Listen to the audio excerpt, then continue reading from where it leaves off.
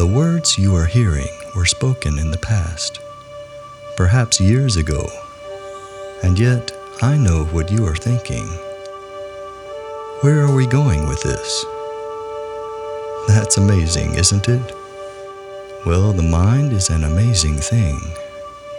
Mind is infinite and limitless. If we can only let go of the assumptions that constrain us as individuals, we can imagine a brighter future and take steps to achieve our dreams.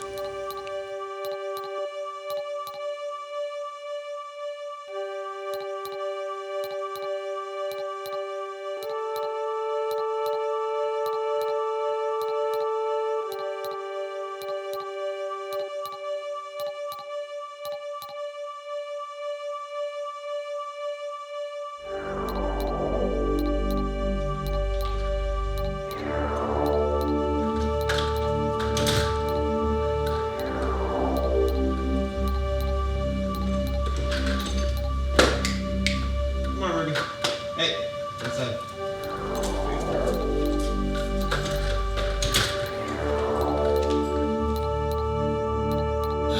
So what is consciousness?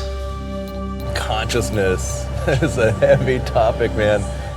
So to me, it's the idea of knowing that you know that you know. Consciousness is an evolved physiological function of the way our brain works. I have kind of this ongoing discovery of what consciousness is. It's having the ability to be aware of your own existence. And I don't know how far down the chain it goes. So I don't know if my dog Jack is aware of his own existence or if he just exists. I mean, I know he has feelings and thoughts, but I don't know if one of his thoughts is that he's aware that he exists. At its core, consciousness is a reflection of the infinite. I think that each one of us living creatures has a little shard of the infinite within us.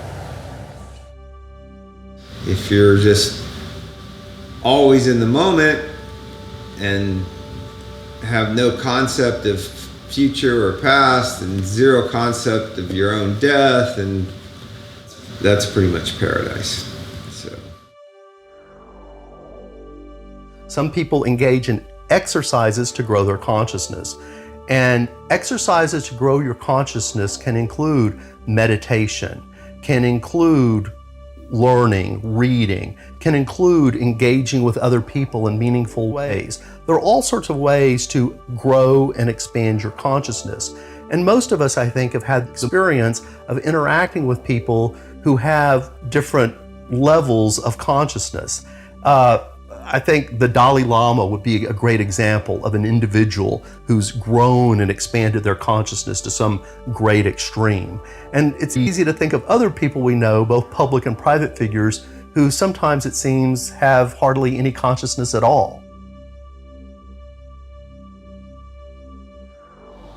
but I really do think that it's kind of our level of awakening to be able to put yourself in the shoes of another and to be able to have that perspective of what it's like, or to imagine what it's like to be someone else or another being. I think it's an important part of human development to have that capability. It's kind of the basis of compassion, really. I'm a firm believer that the vast bulk of people in our society are operating not from a space of consciousness, but purely out of instinctual behavior. And if you think about it, there can be very complex instinctual behavior. When a spider is spinning a web, the spider's not conscious in any real sense. He's spinning that web solely out of an instinctual behavior. Similarly, humans who get up in the morning, go to work, come home, watch TV, it's very complex behavior they're engaging in, but they are no more conscious than the spider spinning a web or the bird building a nest. Very few people actually operate from a place of true consciousness. And to operate from a place of true consciousness takes effort and exercise and intent. And that's something that, for the most part, our society doesn't try to teach people to do or to engage in. I prefer to live in a way that I can follow my dreams in a sustainable manner, which has been a real challenge. I would like to have more time to do the things that I love doing and spend less time doing things that I don't enjoy doing. But I think anybody would agree with that. So ultimately, our greatest skill is our ability to close our eyes and imagine the future. So in a true sense, your ability to imagine the future is your ability to create the future. So we use our imagination ultimately to create our reality. I finally found something that allows me to express myself in a way that I've never been able to before. And what I've visualized, that's what's ended up materializing in my life. So it's really nice to know that the process works. As far as being able to express myself creatively and do things that are so fulfilling to my soul, however, very difficult in daily life, you know, like having to pay the bills and feed the dogs, and you know, it's really a challenge. It's a real challenge, but I'm up for it. I'm determined to make this portion of my life sustainable for as long as possible. If I'm allowed to follow my dream, I will create many beautiful things in honor of Gagathi. I think Christ was such an actualized yogi that he was able to burn through all that illusion and relieve these people of all their burdens. I think we all have that potential. There's more to us. There's much more to us than what we are able to express. I am infinite. We have a spirit within which is boundless. Being boundless, it can experience caveman existence, it can experience living on the moon, it can experience all manner of things. And I think it's touching on that soul wisdom that gives us the idea that, oh, there must be alternate universes. All is one. The more you're able to imagine, the more you're able to create a reality, to create success in your life. One of the things that helps spark people's imagination is travel. I'd like to travel, live outside of the city, a little more peaceful environment, so I'm not so close to neighbors and traffic. I mean, I think I would just travel. I would want to see everything on the planet, you know?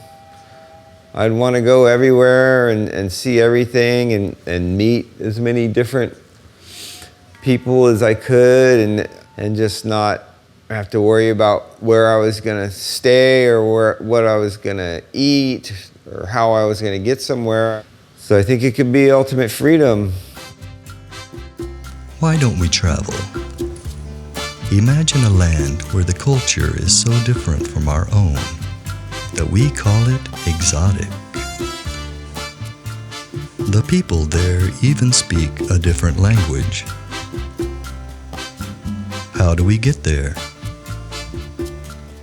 If we look around, we should be able to find someone to help us.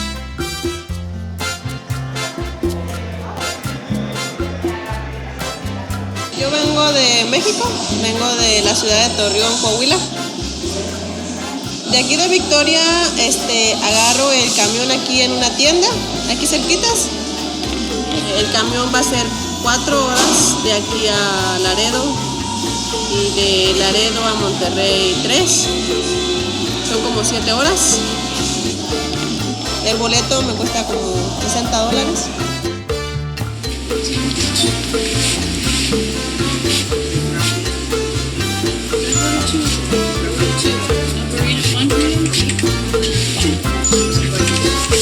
The route to Monterrey, they're catching a bus to Monterrey. What is it? Flores. The Flores Flores, bus. yeah, Flores bus How do station. you catch that bus? Yeah, we have to call it in so they can know they pick you up here And what days or what times? at 9 o'clock at night. 9 o'clock every night?